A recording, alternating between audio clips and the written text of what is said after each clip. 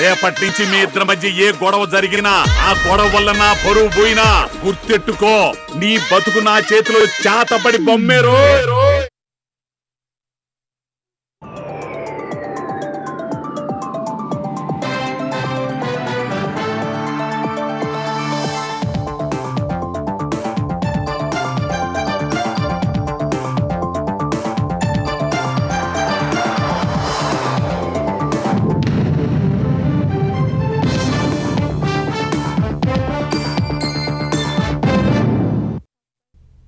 నమస్కారం, ఈటీవీ న్యూస్కు స్వాగతం.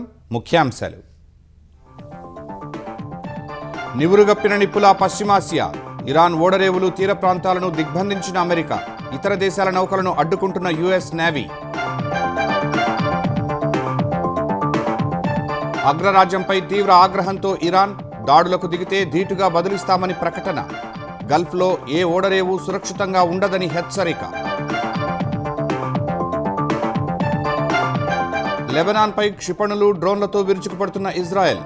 బీరుట్ సహా పలు ప్రాంతాల్లో భూతల దాడులు, రాకెట్లు, శతఘ్నులతో హెజ్బుల్లా ప్రతిదాడులు.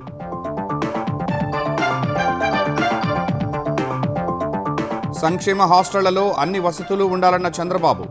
జూన్ కల్లా కల్పించాలని దిశానిర్దేశం. జలధార కార్యక్రమం వేగవంతానికి ఆదేశం.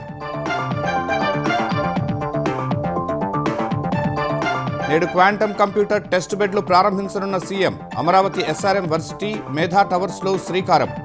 లక్షలాది విద్యార్థులు చూసేలా ప్రభుత్వ ఏర్పాట్లు. ఏజెన్సీ ప్రాంతాల అభివృద్ధికి కట్టుబడి ఉన్నామన్న రేవంత్. చెక్ డ్యాంలు, రోడ్ల నిర్మాణానికి ఇబ్బంది లేకుండా చూస్తామని హామీ.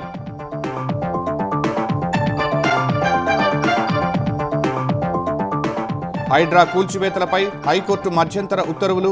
విధి విధానాలు సమర్పించే వరకు ముందుకెళ్లొద్దని ఆదేశం.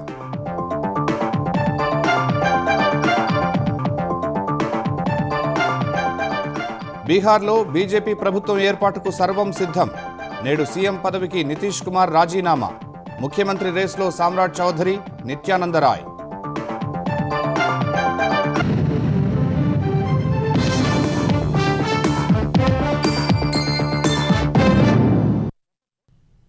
అమెరికా అధ్యక్షుడు డొనాల్డ్ ట్రంప్ అన్నంత పని చేశారు. ఇరాన్ ఓడరేవులు, తీర ప్రాంతాలను తమ నౌకాదళంతో దిగ్బంధించారు. ఆ దేశానికి నౌకల రాకపోకలను అడ్డుకునే ప్రక్రియను మొదలుపెట్టారు. దీంతో 15 రోజుల కాల్పుల విరమణ ఒప్పందం భవితవ్యంపై నీలినీడలు కమ్ముకున్నాయి. అమెరికా చర్యపై తీవ్ర ఆగ్రహంతో రగిలిపోతున్న ఇరాన్ ధీటుగా బదిలిచ్చేందుకు సిద్ధమవుతోంది. తమ రేవుల దిగ్బంధనానికి ప్రతిగా పర్షియన్ గల్ఫ్, గల్ఫ్ ఆఫ్ ఒమన్ల చుట్టూ ఉన్న పోర్ట్లన్నింటికీ రాకపోకలను అడ్డుకుంటామని హెచ్చరించింది. పశ్చిమాసియాలో మళ్లీ నీలినీడలు కమ్ముకున్నాయి. ఏ క్షణాన ఏం జరుగుతుందోనన్న ఆందోళన సర్వత్రా నెలకొంది. పాక్లో శాంతి చర్చలు విఫలమవడంతో ఇరాన్ ఓడరేవులు, తీర ప్రాంతాల్ని దిగ్బంధించాలని తమ నౌకాదళాన్ని అమెరికా అధ్యక్షుడు ట్రంప్ ఆదేశించారు. దీంతో అమెరికా సెంట్రల్ కమాండ్ సోమవారం రాత్రి హర్ముజ్ సమీపంలో బలగాల్ని భారీగా మోహరించింది. ఇరాన్కు వచ్చే, ఆ దేశాన్ని వీడే నౌకలన్నింటినీ అడ్డుకుంటామని సెంట్రల్ కమాండ్ ప్రకటించింది. పర్షియన్ గల్ఫ్, గల్ఫ్ ఆఫ్ ఒమన్లలోని ఇరాన్ ఓడరేవులకు రాకపోకల్ని సాగనివ్వబోమని స్పష్టం చేసింది. ఇరానేతర దేశాల పోర్టులకు వెళ్లే నౌకల ప్రయాణానికి మాత్రం హర్ముజ్ వద్ద అడ్డు తగలబోమని తెలిపింది. దిగ్బంధన ప్రక్రియ కోసం ఇరాన్ పోర్టులు, తీర ప్రాంతాల చుట్టూ 15కు పైగా యుద్ధ నౌకల్ని America మోహరించింది. Coalition warship 121 engaged in transit passage in accordance with international law. No challenge is intended to you. Hormuz సమీపంలోకి ఇరాన్ నౌకలు వస్తే ధ్వంసం చెయ్యాలని తమ బలగాల్ని ట్రంప్ ఆదేశించారు. ఆంక్షలున్న ఇరాన్ చమురును కొనుగోలు చేసే, విక్రయించే వారిపై సత్వర విచారణ చేపట్టి శిక్ష పడేలా చూస్తామని అమెరికా హెచ్చరించింది. ఇరాన్ తమతో ఒప్పందం చేసుకోవాలని కోరుకుంటోందని ట్రంప్ తెలిపారు. ఈ విషయంలో కొందరు సముచిత వ్యక్తుల నుంచి తమకు ప్రతిపాదన వచ్చిందన్నారు. ఇరాన్ అణ్వస్త్రాల్ని కలిగి ఉండేందుకు తాము ఎన్నటికీ అనుమతించబోమన్నారు. ప్రస్తుతం ఇరాన్ తీవ్ర ఒత్తిడిలో, దయనీయ స్థితిలో ఉందన్నారు. ఆ దేశం తమతో తిరిగి చర్చలు జరుపుతుందా లేదా అన్న విషయాన్ని పెద్దగా పట్టించుకోనని చెప్పారు. హర్ముజ్ ను తెరుస్తామంటూ ఇచ్చిన మాటను ఇరాన్ నిలబెట్టుకోలేదని ట్రంప్ ఆక్షేపించారు. తమ ఓడరేవులు, హర్ముజ్ దిగ్బంధనంపై ఇరాన్ తీవ్ర స్థాయిలో స్పందించింది. అమెరికా తమతో పోరుకు దిగితే తాము పోరాడతామని స్పష్టం చేసింది. తమ సంకల్పాన్ని పరీక్షిస్తే మరింత పెద్ద గుణపాఠం నేర్పుతామని పార్లమెంటు స్పీకర్ మొహమ్మద్ బాఘర్ ఘాలిబఫ్ హెచ్చరించారు. ఇకపై పెట్రోల్ ధరలు తలుచుకుని అమెరికన్లు బాధపడతారని ఎక్స్లో ఘాలిబఫ్ పేర్కొన్నారు. ఇరాన్ భద్రతకు ముప్పు వాటిల్లితే పర్షియన్ గల్ఫ్ ప్రాంతమంతటా సముద్ర భద్రత ప్రమాదంలో పడుతుందని ఐఆర్జీసీ హెచ్చరించింది. అమెరికా దిగ్బంధనానికి ప్రతీకారంగా గల్ఫ్ రేవుల్ని మూసేస్తామని పేర్కొంది. పర్షియన్ గల్ఫ్, ఒమన్ సముద్రంలో భద్రత అనేది ఉంటే అందరికీ ఉండాలని, లేకపోతే ఎవ్వరికీ ఉండకూడదని వ్యాఖ్యానించింది. తమ ఓడరేవులకు ముప్పు కలిగితే గల్ఫ్లో ఏ ఓడరేవు సురక్షితంగా ఉండదని పేర్కొంది. ఇరాన్ నుంచి అనుమతి పొందిన నౌకలకు మాత్రమే హర్మూజ్లోకి ప్రవేశించే వీలు కల్పిస్తామని ఐఆర్జీసీ వెల్లడించింది. అటు అమెరికా తమ షరతులకు అంగీకరించి అక్రమ డిమాండ్లను పక్కన పెడితే మరో దఫా చర్చలు జరిపేందుకు సిద్ధమేనని ఇరాన్ ప్రకటించింది. శాంతికైనా యుద్ధానికైనా తాము సిద్ధమేనని, రెండింట్లో ఏది కావాలో వాషింగ్టనే తేల్చుకోవాలని స్పష్టం చేసింది.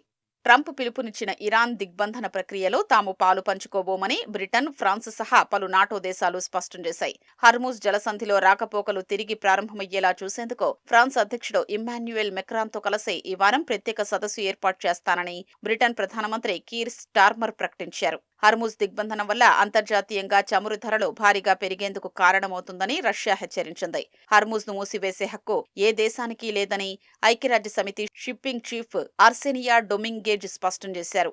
శాంతి చర్చలు విఫలమవడంతో ఇరాన్పై మళ్లీ దాడులు చేసేందుకు అమెరికా, ఇజ్రాయెల్ సిద్ధమవుతున్నట్లు తెలుస్తోంది. పరిమిత స్థాయిలో దాడుల్ని పునరుద్ధరించేలా ట్రంప్ సలహాదారులు ప్రణాళికలు రచిస్తున్నారని విశ్వసనీయ వర్గాలు ఉటంకిస్తూ పలు అంతర్జాతీయ మీడియా సంస్థల్లో కథనాలు వెలువడ్డాయి. లెబనాన్పై భూతల దాడులు సహా క్షిపణులు, డ్రోన్లతో ఇజ్రాయెల్ విరుచుకుపడుతోంది. బీరూట్ సహా దక్షిణ లెబనాన్లోని బింట్ జబీల్, అల్ తైరీ వంటి పలు ప్రాంతాల్లో భూతల దాడులు చేపట్టినట్లు ఐడీఎఫ్ తెలిపింది. ఈ దాడుల్లో పలువురు మరణించినట్లు తెలుస్తోంది. పలు భవనాలు ధ్వంసమయ్యాయి. హెజ్బుల్లా స్థావరాలను చుట్టుముట్టి దాడులు చేసినట్లు ఐడీఎఫ్ వెల్లడించింది.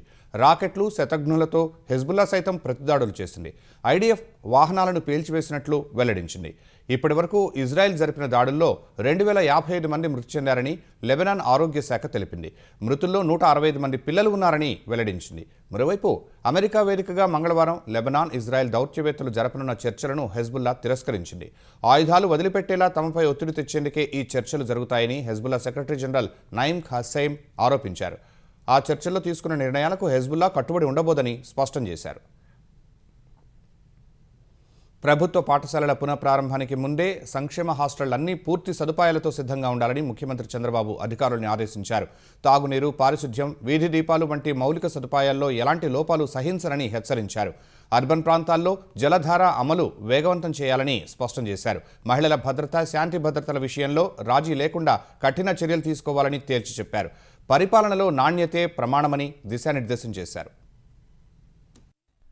అమరావతి సచివాలయంలోని ఆర్టీజీఎస్ నుంచి క్షేత్రస్థాయిలో వివిధ శాఖల పనితీరుపై సీఎం చంద్రబాబు సమీక్ష నిర్వహించారు. ఏపీలో ప్రతి హాస్టల్ గాడిలో పడాలని, అన్ని రకాల వసతులు ఉండాలని సీఎం తేల్చి చెప్పారు. జూన్లో బడులు మళ్లీ తెరిచే నాటికి హాస్టళ్లు అన్ని చక్కగా ఉండి విద్యార్థులకు సౌకర్యవంతంగా ఉండాలన్నారు. వసతులపై ఎలాంటి ఫిర్యాదులు రాకూడదన్నారు. శాసకీయ నిధులతో హాస్టళ్లలో వసతులు మెరుగుపరిచేందుకు నిధులు కేటాయించామని, ఇంకా ఫిర్యాదులు వస్తే అది అధికారుల తప్పిదమే అవుతుందని హెచ్చరించారు. ఉన్నతాధికారులు హాస్టళ్లను నిరంతరం తనిఖీ చేయాలన్నారు. నగరాలు, పట్టణాల్లో మౌలిక సదుపాయాల్లో ఎలాంటి లోపాలు కనిపించకూడదన్నారు. వేసవిలో తాగునీటి ఇబ్బందులు రాకుండా చూడాలని, స్వచ్ఛమైన, కలుషితం లేని నీటిని ప్రజలకు సరఫరా చేయాలన్నారు. తాగునీటి పైప్ లైన్లలో డ్రైనేజీ నీరు కలవకుండా జాగ్రత్తలు తీసుకోవాలని, నీటి శాంపిళ్లను కలెక్ట్ చేసి ల్యాబుల్లో టెస్టు చేయించాలని చెప్పారు. పట్టణ ప్రాంతాల్లో చెత్త సేకరణ ఎక్కడా ఆగకూడదని, తాగునీరు, వీధి లైట్లు, డ్రైనేజీ, చెత్త సేకరణ వంటి అంశాల్లో ఫిర్యాదులు వచ్చిన వెంటనే పరిష్కరించే వ్యవస్థ ఉండాలని సూచించారు. ఫిర్యాదు చేసిన వెంటనే ప్రభుత్వం సత్వరమే సమస్యను పరిష్కరించిందనే భావన ప్రజల నుంచి వినిపించాలన్నారు. స్వచ్ఛ సర్వేక్షణ్ కార్యక్రమాల ఫలితాలు పట్టణాల్లో స్పష్టంగా కనిపించాలని దిశానిర్దేశం చేశారు. స్వచ్ఛత విషయంలో తాడిపత్రి ఓ రోల్ మోడల్ అని అన్నారు.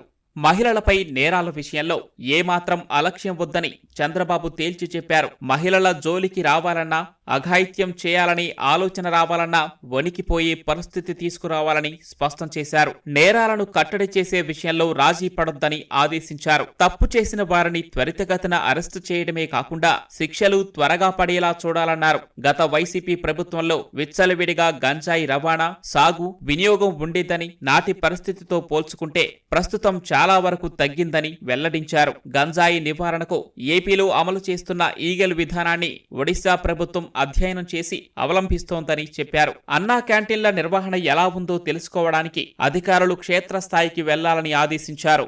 రతన్ టాటా ఇన్నోవేషన్ హబ్ ద్వారా వీలైనన్ని ఆవిష్కరణలు వచ్చేలా చూడాలన్నారు. విద్యార్థి దశ నుంచి ఆవిష్కరణలు చేయాలన్న ఆలోచనలు రేకెత్తించే విధంగా ఆర్టీఐహెచ్ చొరవ తీసుకోవాలని సీఎం దిశానిర్దేశం చేశారు. అగస్త్య వంటి సంస్థలు విద్యార్థుల్లో ఆవిష్కరణను ప్రోత్సహిస్తున్నాయని, ఇలాంటి సంస్థలతో ఆర్టీఐహెచ్ కలిసి పనిచేస్తే మంచి ఫలితాలు రాబట్టవచ్చని సూచించారు. 175 నియోజకవర్గాల్లో ఉండే ఎంఎస్ఎంఈ పార్కులతో ఆర్టీఐహెచ్ అనుసంధానమై పనిచేస్తే ఎలా ఉంటుందో ప్రణాళికలు సిద్ధం చేయాలని ఆదేశించారు. ఏజెన్సీ ఏరియాల్లో డ్రోన్ల ద్వారా వైద్య సేవలందించే అంశంపై ప్రయోగాత్మకంగా చర్యలు చేపట్టాలన్నారు. జలధార కార్యక్రమాన్ని సమర్థవంతంగా నిర్వహించాలన్నారు. అన్ని చెరువులకు నీళ్లు నింపే విషయంలో అన్నమయ్య జిల్లా మోడల్ అవలంబించాలన్నారు. 15వ తేదీన సాగుకు నీటి విడుదల చేసే లక్ష్యాన్ని దృష్టిలో పెట్టుకుని జలధార పనులు చేపట్టాలని స్పష్టం చేశారు. ఆంధ్రప్రదేశ్ను సాంకేతిక పటంలో కొత్త ఎత్తుకు తీసుకెళ్లే చరిత్రాత్మక అడుగు నేడు అమరావతిలో పడనుంది. అమరావతిలోని ఎస్ఆర్ఎం యూనివర్సిటీలో 1S, గన్నవరం సమీపంలోని మేధా టవర్స్లో 1Q పేరిట 2 వేర్వేరు క్వాంటమ్ కంప్యూటర్ టెస్ట్ బెడ్లను వరల్డ్ క్వాంటమ్ డే సందర్భంగా నేడు సీఎం చంద్రబాబు ప్రారంభించనున్నారు. Tata Institute of Fundamental Research సహా Indian Institute of Science, DRDO లాంటి సంస్థల సహకారంతో క్వాంటమ్ రిఫరెన్స్ ఫెసిలిటీలు ఏర్పాటు చేశారు. నేటి ప్రారంభోత్సవ కార్యక్రమానికి నేషనల్ క్వాంటమ్ మిషన్ సహా ఐఐటి ప్రొఫెసర్లు, క్వాంటమ్ రంగంలో పరిశోధనలు చేస్తున్న శాస్త్రవేత్తలు, క్వాంటమ్ ఇన్నోవేషన్ స్టార్టప్ల ప్రతినిధులు, రీసెర్చ్ స్కాలర్లు, నిపుణులు హాజరు కానున్నారు. ఏపీలోని వివిధ యూనివర్సిటీలు, కాలేజీల నుంచి వర్చువల్గా దాదాపు 1,50,000 మంది విద్యార్థులు ఈ కార్యక్రమాన్ని చూసేలా ఏర్పాట్లు చేశారు. కోట్ల మంది ప్రజల కోరికైన అమరావతి చట్టం తన హయాంలో రూపొందడం సంతోషంగా ఉందని రాష్ట్రపతి ద్రౌపది ముర్ము అన్నారు. రైతులు రాష్ట్రంపై ప్రేమతో రాజధాని నిర్మాణానికి భూములు ఇచ్చారన్న రాష్ట్రపతి వారి త్యాగం వెలకట్టలేనిదని అన్నారు. పోరాడి సాధించుకున్నది చిరస్థాయిగా గుర్తుండిపోతుందన్నారు. ముఖ్యమంత్రి చంద్రబాబు దార్శనిక నాయకుడని, దూరదృష్టితో రాష్ట్రాన్ని, రాజధానిని అభివృద్ధి చేస్తారన్న నమ్మకం ఉందని వ్యాఖ్యానించారు. పార్లమెంటు ఆమోదం పొందిన అమరావతి చట్టబద్ధత బిల్లుకు రాజముద్ర వేసినందుకు రాష్ట్రపతి ద్రౌపది ముర్ముకు మంత్రి నారా లోకేష్ నేతృత్వంలోని బృందం ధన్యవాదాలు తెలిపింది. ఎంపీలతో కలిసి రాష్ట్రపతిని కలిసిన లోకేష్ అమరావతిని అజరామరంగా నిలబెట్టినందుకు 5 కోట్ల ఆంధ్రుల తరపున కృతజ్ఞతలు తెలిపారు. ఇప్పుడు మాస్టర్ ప్లాన్ ప్రకారం నిర్మాణాలు పూర్తయితే అమరావతి రాజధాని ఎలా ఉంటుందో సూచించే చిత్రాలను ఆయన ద్రౌపది ముర్ముకు అందించారు. నిర్మాణ విశేషాలతో కూడిన పుస్తకాన్ని అందజేశారు. ఆదివాసీ, గిరిజన ప్రాంతాల అభివృద్ధికి అన్ని రకాల చర్యలు తీసుకుంటామని సీఎం రేవంత్ రెడ్డి స్పష్టం చేశారు. ఏజెన్సీ ప్రాంతాల్లో అభివృద్ధి పనులపై మంత్రి సీతక్క నేతృత్వంలో గిరిజన, ఆదివాసీ ఎమ్మెల్యేల బృందం జూబ్లీహిల్స్లోని సీఎం నివాసంలో ఆయన్ను కలిశారు. ఏజెన్సీ ప్రాంతాల్లో చెక్ డ్యాంల నిర్మాణం, రహదారుల నిర్మాణం సహా పలు సమస్యల పరిష్కారం కోసం వినతి పత్రం అందజేశారు. చెక్ డ్యాంలు, రహదారుల నిర్మాణం కోసం అటవీ శాఖ నుంచి ఎలాంటి ఇబ్బందులు రాకుండా చర్యలు తీసుకుంటామని సీఎం తెలిపారు. వీలైనంత త్వరగా అటవీ శాఖ నుంచి అనుమతులు వచ్చేలా చూస్తానన్నారు.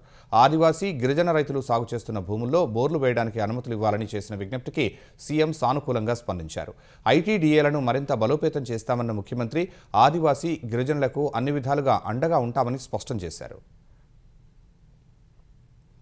అబ్కారీ శాఖ నిజామాబాద్ డివిజన్ డిప్యూటీ కమిషనర్ సోమిరెడ్డిని అకారణంగా దూషించిన కమిషనర్ హరికిరణ్పై చర్యలు తీసుకోవాలని తెలంగాణ ఉద్యోగుల జేఏసీ కోరింది. ఈ మేరకు తెలంగాణ ఉద్యోగుల జేఏసీ చైర్మన్ వి లచ్చిరెడ్డి ఆధ్వర్యంలో అబ్కారీ శాఖ మంత్రి జూపల్లి కృష్ణారావుకు వినతిపత్రం అందించారు. డిప్యూటీ కమిషనర్ సోమిరెడ్డి గత 30 ఏళ్లుగా అబ్కారీ శాఖలో వివిధ స్థాయిల్లో నిజాయితీగా సేవలందించారని, ఉత్తమ అధికారిగా గుర్తింపు పొందారన్నారు. ఇలాంటి అధికారి పట్ల కమిషనర్ వ్యవహరించిన తీరు తెలంగాణ ఉద్యోగులకు చాలా ఇబ్బంది కలిగించిందన్నారు. సోమిరెడ్డితోనే కాకుండా ఇతర అధికారులు, సిబ్బందిని కూడా కమిషనర్ ఇదే విధంగా వేధింపులకు గురిచేస్తున్నారని గుర్తు చేశారు. కమిషనర్ తీరుపై తక్షణమే కమిటీ ఏర్పాటు చేసి విచారించాలని కోరారు. ఇదే కాకుండా కమిషనర్ను ఈ శాఖ నుంచి తప్పిస్తేనే విచారణ పారదర్శకంగా సాగుతుందన్నారు. దీనిపై మంత్రి సానుకూలంగా స్పందించినట్లు లచ్చిరెడ్డి తెలిపారు. హైడ్రాకు సంబంధించిన విధి విధానాలు మార్గదర్శకాలను సమర్పించాలని, అప్పటి వరకు ఎలాంటి అక్రమ అనధికార నిర్మాణాలను కూల్చివేయవద్దని హైడ్రాను ఆదేశిస్తూ హైకోర్టు మధ్యంతర ఉత్తర్వులు జారీ చేసింది.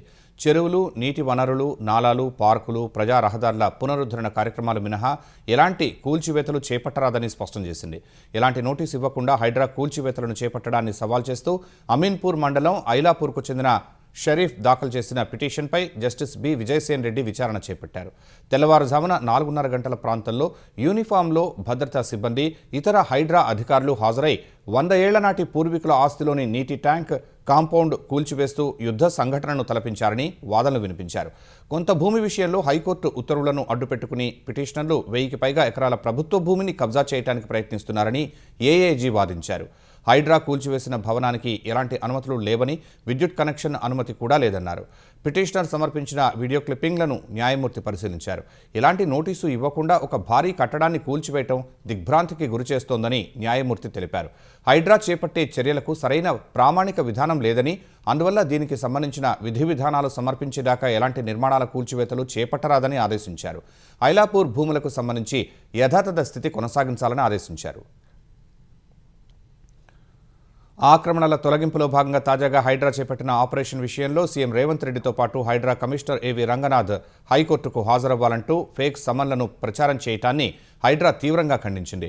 ఆ నోటీస్ ఫేక్ అంటూ హైడ్రా అధికారులు ప్రకటించారు. హైకోర్టు పేరుతో ఫేక్ నోటీస్ ప్రచారం చేయడంపై సైబర్ క్రైమ్ పోలీసులకు ఫిర్యాదు చేశారు. హైకోర్టు పేరిట ఏకంగా ఫేక్ నోటీసులు సృష్టించడంపై ఆందోళన వ్యక్తం చేశారు.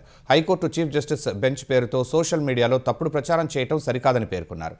ఈ ఫిర్యాదుపై సైబర్ క్రైమ్ పోలీసులు విచారణ చేపట్టారు.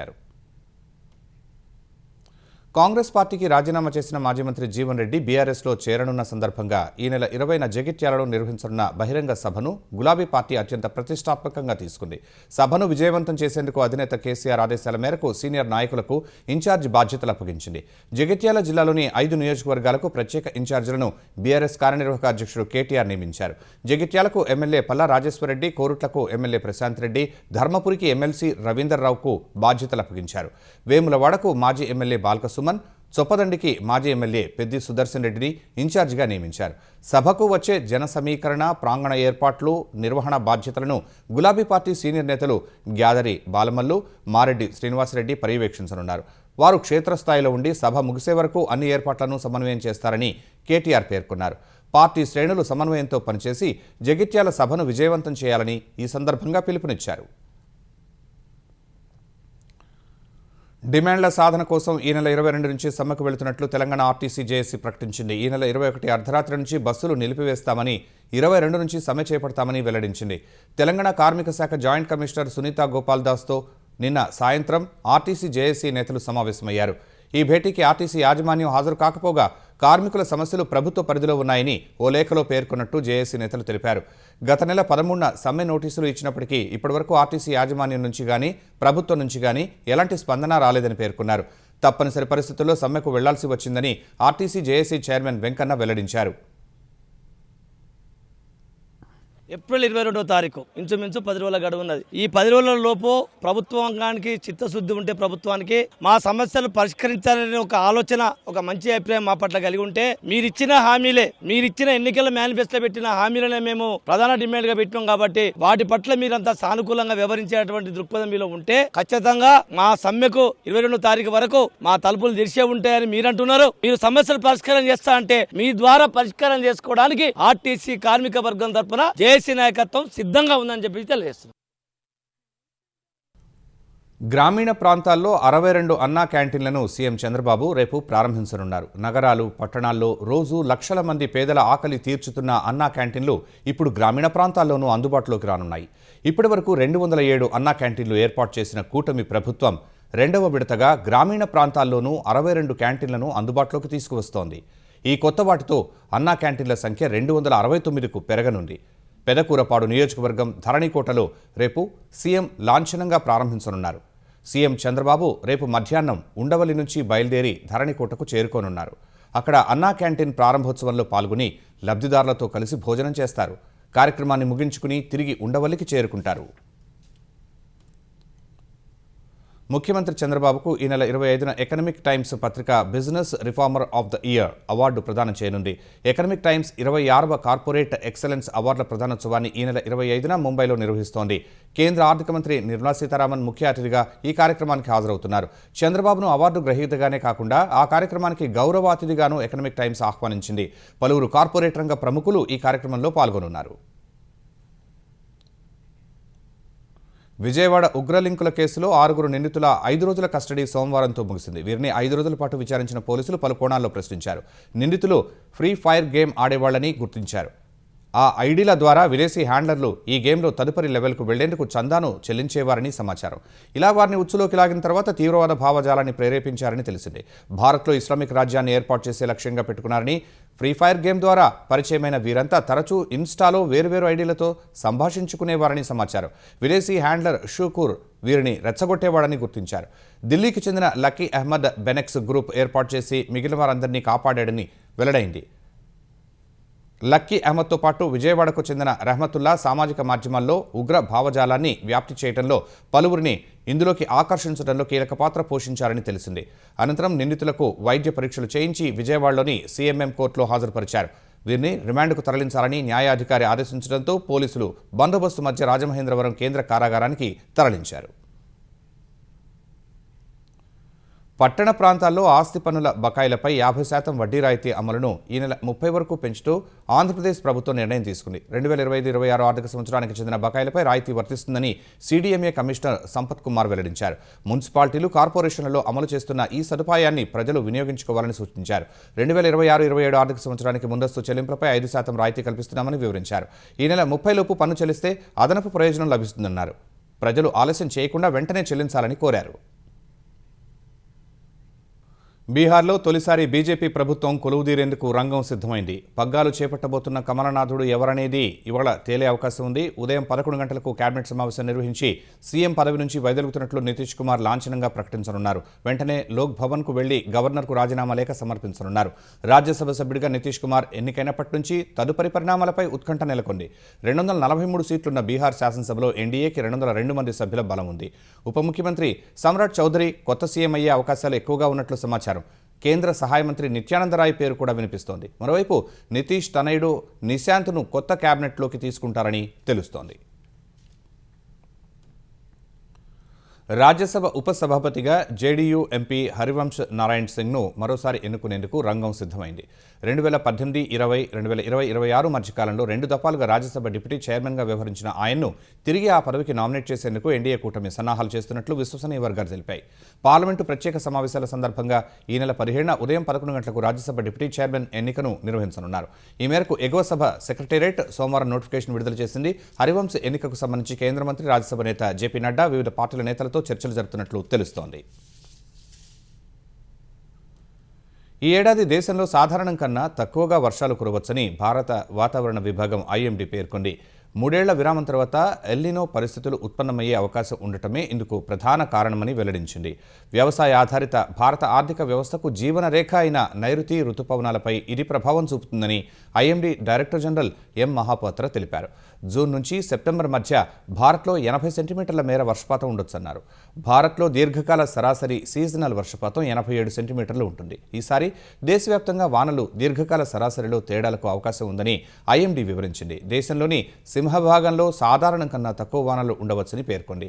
ఈశాన్యం, వాయువ్యం, దక్షిణాది రాష్ట్రాల్లోని కొన్ని ప్రాంతాల్లో మాత్రం సాధారణం లేదా అంతకన్నా ఎక్కువగా వర్షాలు పడవచ్చని తెలిపింది.